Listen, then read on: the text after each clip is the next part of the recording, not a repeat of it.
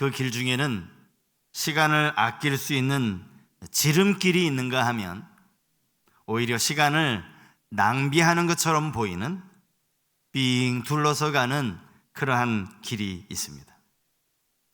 두 개의 갈림길에서 어떤 길을 선택하겠습니까? 라고 제가 여러분께 질문을 드린다면 아마 여러분들은 당연히 지름길을 선택을 하실 겁니다. 빠른 길을 내버려 두고 굳이 돌아가는 길을 선택할 일이 없기 때문입니다. 사실 이것이 일반적이고 이것이 맞는 이야기입니다. 하지만 이것이 우리의 인생이라면 어떻겠습니까? 단순히 어떤 목적지를 향해서 우리가 그 차를 타고 가는 것이 아니라 이것이 우리의 인생이라면 말입니다. 여러분, 인생을 놓고 볼 때도 언제나 지름길로 가는 것이 좋다라고 생각이 되십니까? 아마 여기에는 대답하기가 쉽지 않을 겁니다. 빨리 가는 게 항상 좋은가? 우리의 인생이 실제로 그런가? 여기에는 많은 생각을 해야 하기 때문이죠. 2000년대 초반에 여러분들도 아마 기억을 하시겠지만 이때는 모든 가정에서 이 조기 교육에 대한 열풍이 아주 대단했습니다. 심각할 지경이었습니다. 아이들에게 유치원에 다니면서 영어를 가르치고 초등학교 때 중학교를 가르치고 중학생들에게 고등학교 교과서를 가르치는 조기 교육 말입니다. 그런데 지금은 어떤가요? 물론 지금도 여전히 조기 교육에 열심을 가지고 가르치는 부모님들이 계시겠지만 예전과 같지는 않은 것 같아요. 과연 이 조기 교육이 정말 유익한가? 이 부분에 대해서 많은 고민을 하고 있다는 겁니다. 과도한 조기 교육은 오히려 득보다 실이 더 많다, 이런 지적도 나오고 있고요. 또 심지어는 이 조기 교육이 아이들로 하여금 학습 능력을 떨어뜨린다, 이런 연구 결과까지 보도가 되었다고 합니다. 제가 대학교 다닐 때만 해도요, 그때는 대학교 입학하면 어떻게든 빨리 대학 졸업하는 게 급선무였습니다. 휴학을 하고 이런 거 왜 휴학을 하느냐고, 그냥 입학했으면 빨리 4년 만에 졸업을 해야지, 더 빨리 할 수 있으면 더 빨리 해야지. 그런데 요즘 대학생들은 그렇지 않은 것 같아요. 4년 만에 졸업하는 그런 학생들이 거의 없는 것 같습니다. 꼭 군대가 아니더라도 1년 동안은 휴학을 하면서 사회 경험을 해보기도 하고요. 또 때로는 해외로 나가서 견문을 넓히고 그렇게 돌아오기도 합니다. 요즘 대학생들 중에 졸업을 늦추면서 자격증 공부를 하는 친구들이 얼마나 많은지 모릅니다. 가만히 보면 저게 참 진정한 대학 생활이다, 이런 생각이 들어요. 그들이 부럽다라는 생각이 들기도 합니다. 저희 집 큰 딸아이가 1년 동안은 학교를 열심히 다니는 것 같더니만 2학년이 올라와서는 1년을 휴학하겠다고 부모님께 이야기를 했습니다. 제가 처음 그 얘기를 듣고는 휴학은 무슨 휴학이냐고, 빨리 4년 졸업하라고 그렇게 이야기를 했는데, 요즘 자녀들이 부모 말 듣습니까? 끝내 휴학을 하더라고요. 그 1년 동안 휴학을 하면서 이제 아이가 뮤지컬 학과니까 필라테스도 배우고 발레도 배우고 이제 그러면서 아르바이트도 하면서 그렇게 1년을 보냈습니다. 지나고 나니까 본인이 이야기하는 게, 덕분에 1년 동안 이렇게 돈도 벌고 하면서 이게 돈 버는 게 정말 쉽지 않은 것이구나 라는 걸 본인이 뼈저리게 느꼈다라고 그렇게 이야기를 합니다. 여러모로 많이 느낀 게 있었다라고 이야기를 하는 거죠. 지금 저희 둘째 아들이 지금 휴학 중이에요. 걔도 돈 번다고 사회 경험을 지금 쌓고 있습니다. 오늘 이 본문에 등장하는 이스라엘 백성들도 마찬가지입니다.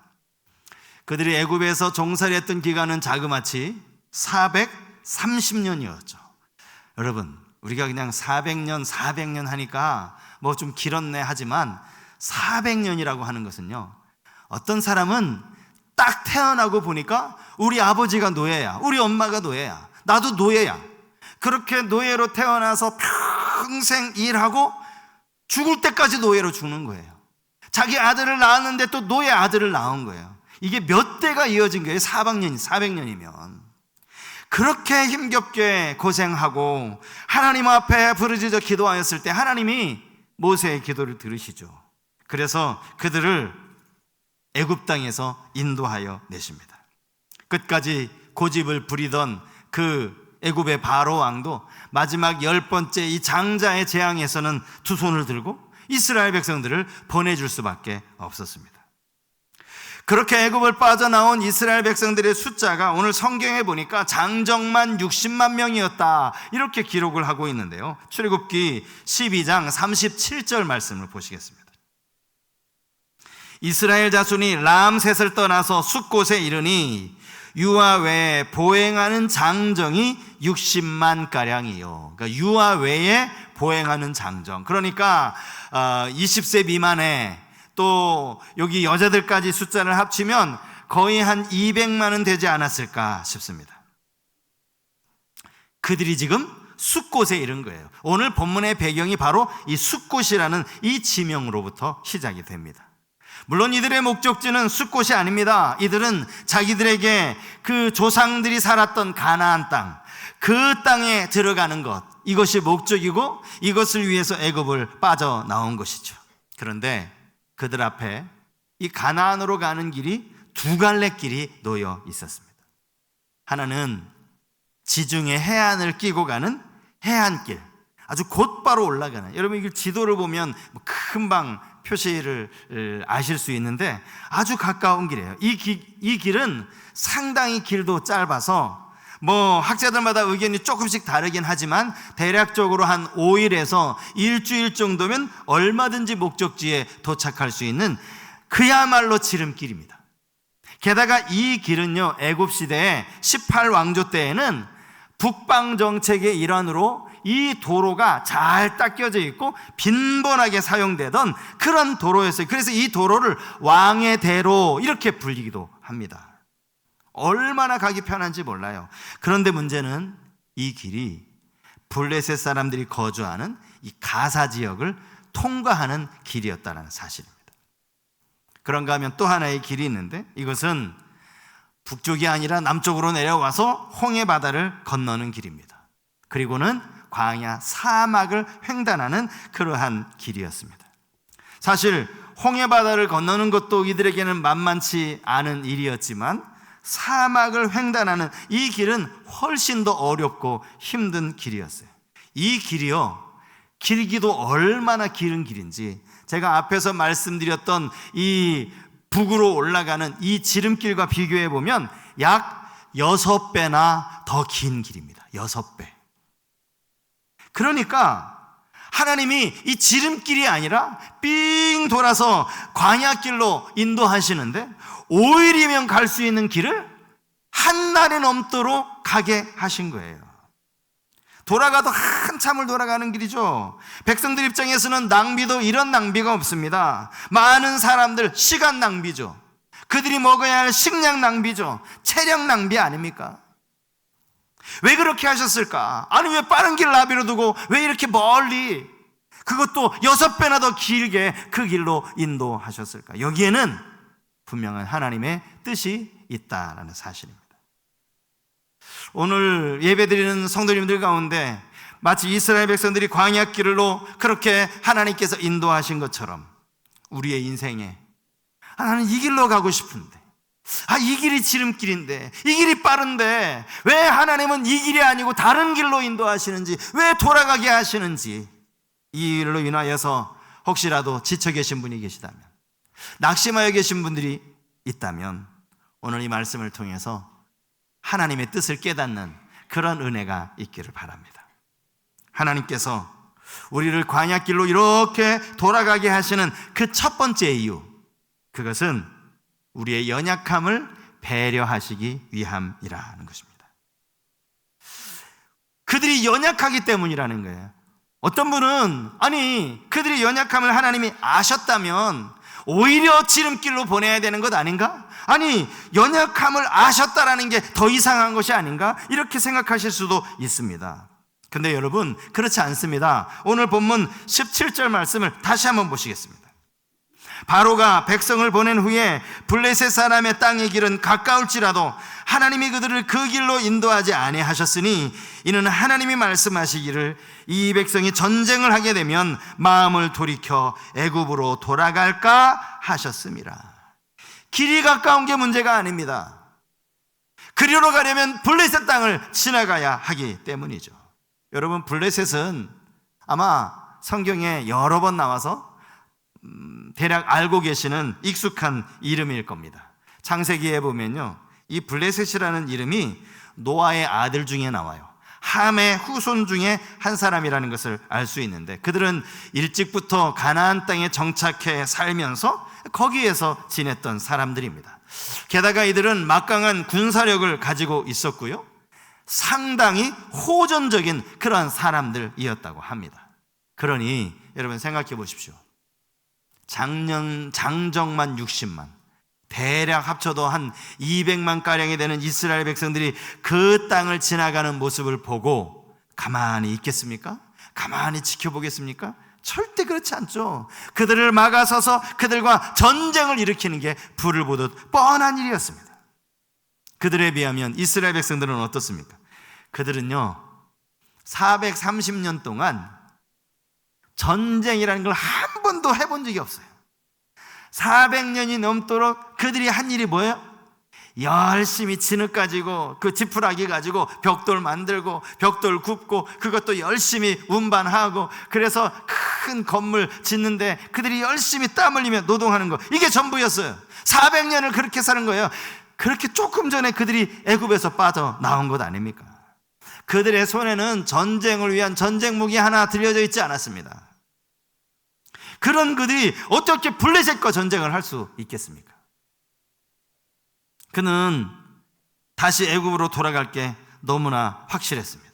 돌아가서 또 다시 종이 되는 거예요. 여러분, 거기서 길을 싹 유턴하면 다시 애굽이거든요.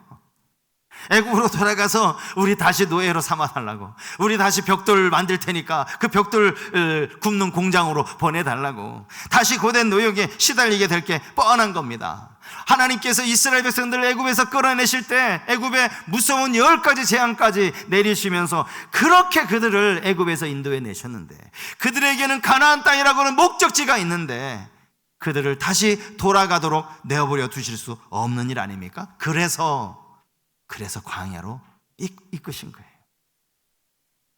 물론 하나님이 얼마든지 블레셋 막아주시면 끝까지 거 블레셋 못 이기겠느냐, 이렇게 생각하실 수도 있어요. 물론 맞죠. 그런데 이스라엘 백성들이 싸우려 해야 말이죠.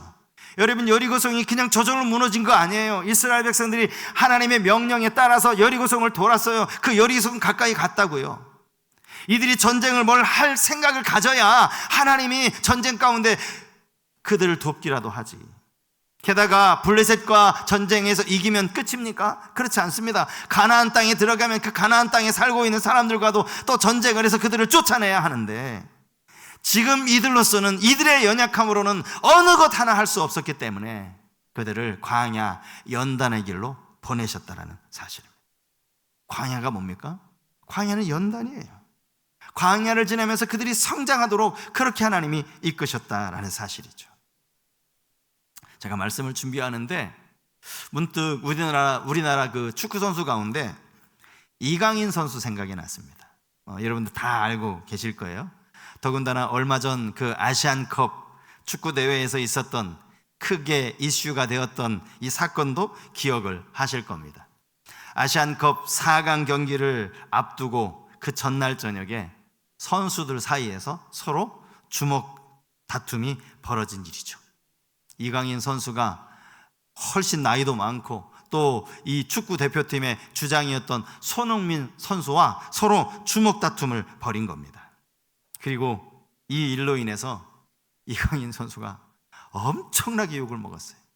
한때 정말 국민의 우상처럼 대단한, 모두가 사랑했던 선수였는데 어느 한순간 무섭더라고요. 전 이 댓글이라든지 이 국민이 얼마나 무서운지, 순식간에 그냥 얼마나 욕을 해대는지요.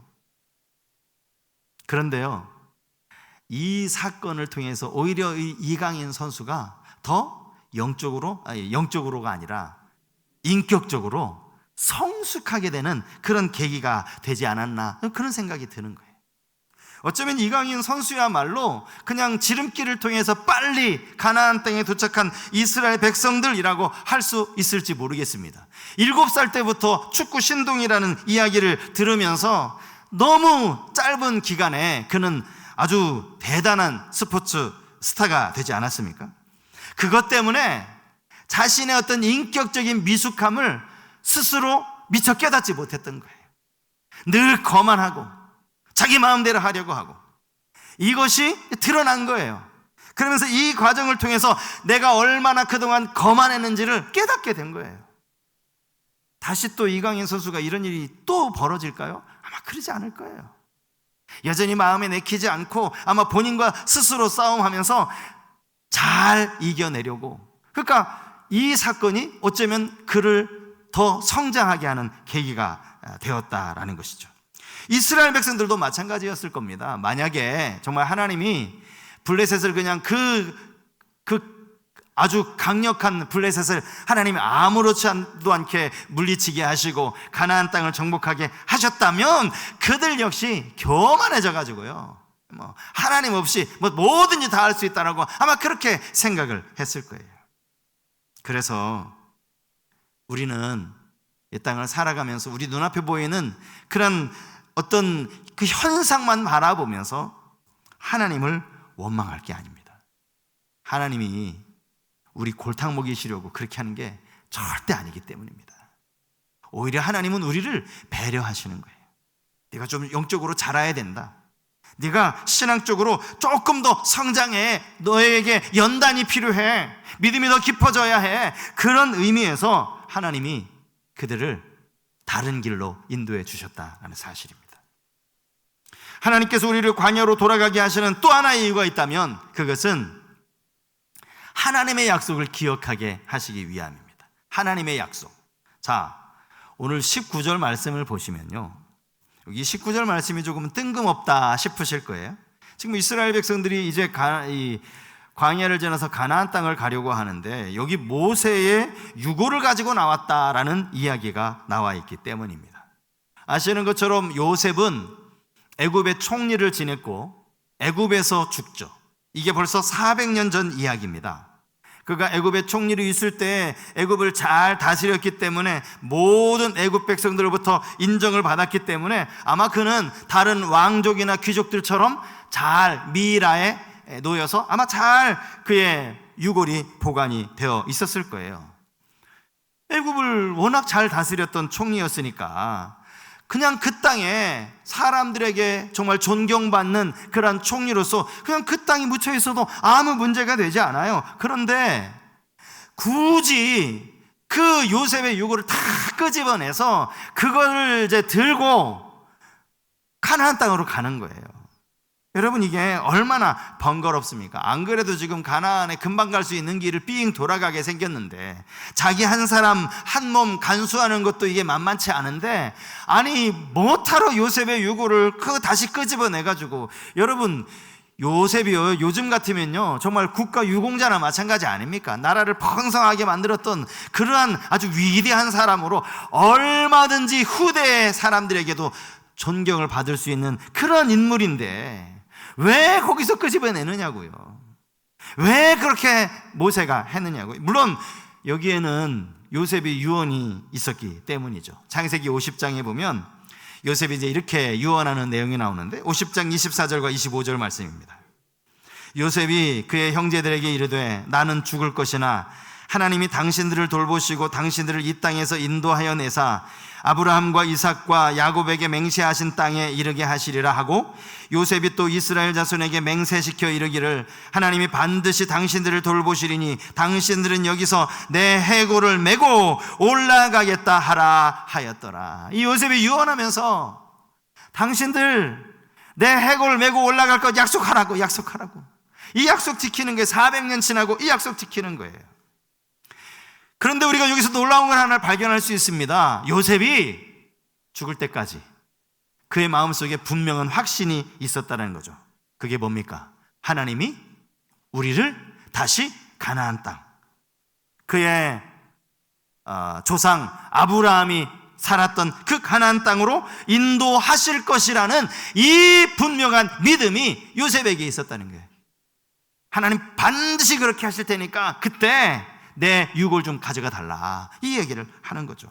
오늘 본문에도 그 내용이 기록되어 있습니다. 하나님이 반드시 너희를 찾아오시리니, 여기 찾아오다라는 이 말이 뭐냐 하면 하나님이 언약을 잊지 않으시고 그들을 구해내실 것이다, 그런 의미의 말이에요. 그때 내 유골도 가져달라, 이렇게 이야기를 한 거죠. 잘 생각해 보십시오. 그래서 지금 모세가 요셉의 유골을 챙겨서 들고 간다라는 이 말은 우리가 반드시 어디 갈 거라는? 가나안 땅에 갈 거라는, 가나안 땅에 도착해서 이 요셉의 유골을 가나안 땅에 묻어줄 거라는 이런 분명한 확신이 모세에게 있었다라는 거예요.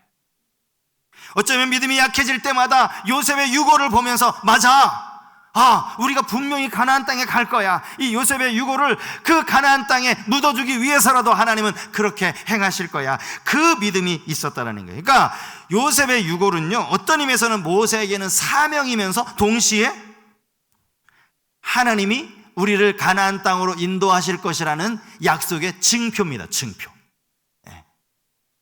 요셉의 유골이,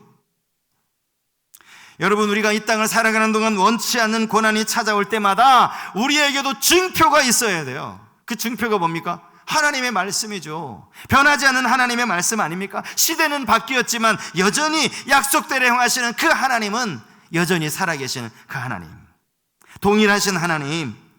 사랑하는 여러분, 오늘 우리에게 들려주신 하나님의 말씀이 요셉의 유골과 같다라는 사실을 우리가 반드시 기억하셔야 돼요.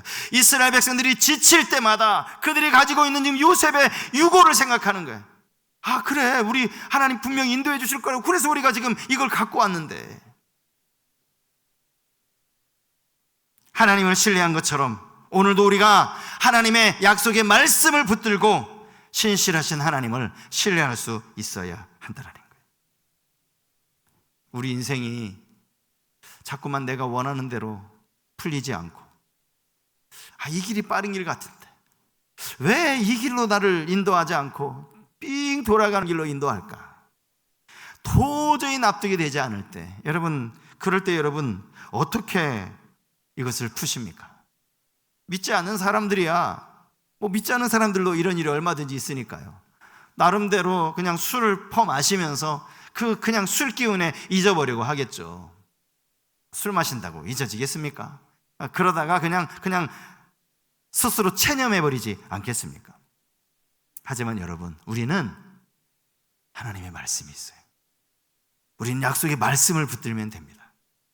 하나님이 우리를 향하여 주신 귀한 약속의 말씀들, 여전히 변함없이 성경책에 기록되어 있는 이 말씀, 반드시 성취될 말씀.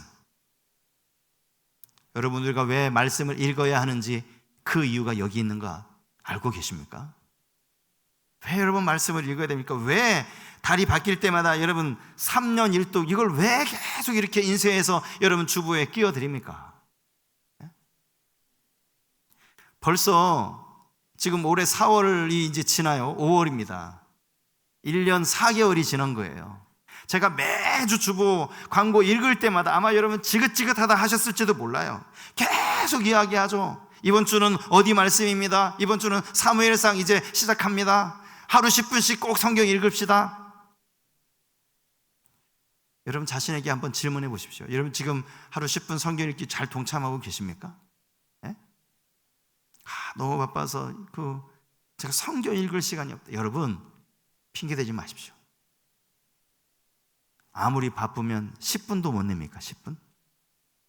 10분만 읽자고요. 10분만. 바쁘다는 거 마음이 없는 거죠. 아무리 바빠도 10분을 못 냅니까? 하나님의 말씀을 붙들라는 거죠. 하나님께서 우리를 광야로 돌아가게 하시는 마지막 세 번째 이유는 하나님의 인도하심을 경험하도록 하기 위함입니다. 하나님의 인도하심. 오늘 본문 21절에 보면 우리가 잘 알고 있는 구름기둥 불기둥 이야기가 나옵니다. 여호와께서 그들 앞에서 가시며 낮에는 구름기둥으로 그들의 길을 인도하시고 밤에는 불기둥을 그들에게 비추사 낮이나 밤이나 진행하게 하시니.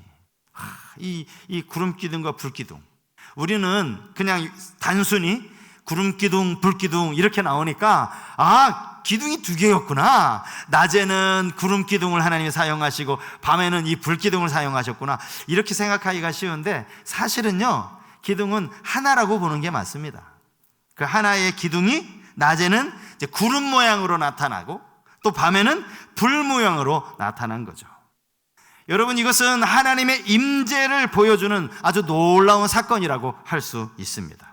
왜 낮에는 구름기둥이고 밤에는 불기둥이었는지는 아마 여러분 많은 분들이 알고 계실 텐데요. 낮에는 이 태양을 가리기 위해서 구름기둥으로 그렇게 하나님이 인도해 주시는 거, 백성들이 길 가는데 너무 뜨겁지 않도록 그렇게 구름기둥으로 태양을 가려주시는 것이죠. 밤이 되면 갑자기 기온이 떨어지고 한기가 느껴지고 깜깜해지고 어두워질 때 이 불 모양으로 나타나서 어두운 길을 비추어주는 그러한 역할을 했다라는 겁니다. 구름기둥과 불기둥이 언제부터 이스라엘 백성들을 인도했느냐, 오늘 성경을 보니까 숫곳을 떠날 때부터라고 말씀하고 있어요. 이 이야기는 쉽게 말하면 그들이 이 광야길을 시작하는 바로 그 첫 발걸음부터 하나님이 그들을 인도해 주셨다라는 사실입니다. 22절에 보면요, 구름기둥 불기둥이 백성 앞에서 떠나지 않았다, 항상 그들을 인도했다, 그렇게 성경이 말씀하고 있습니다. 홍해가 갈라지는 건 그 뒤에 나오더라고요. 그 전부터 이미 하나님은 이스라엘 백성들을 인도하고 계셨습니다.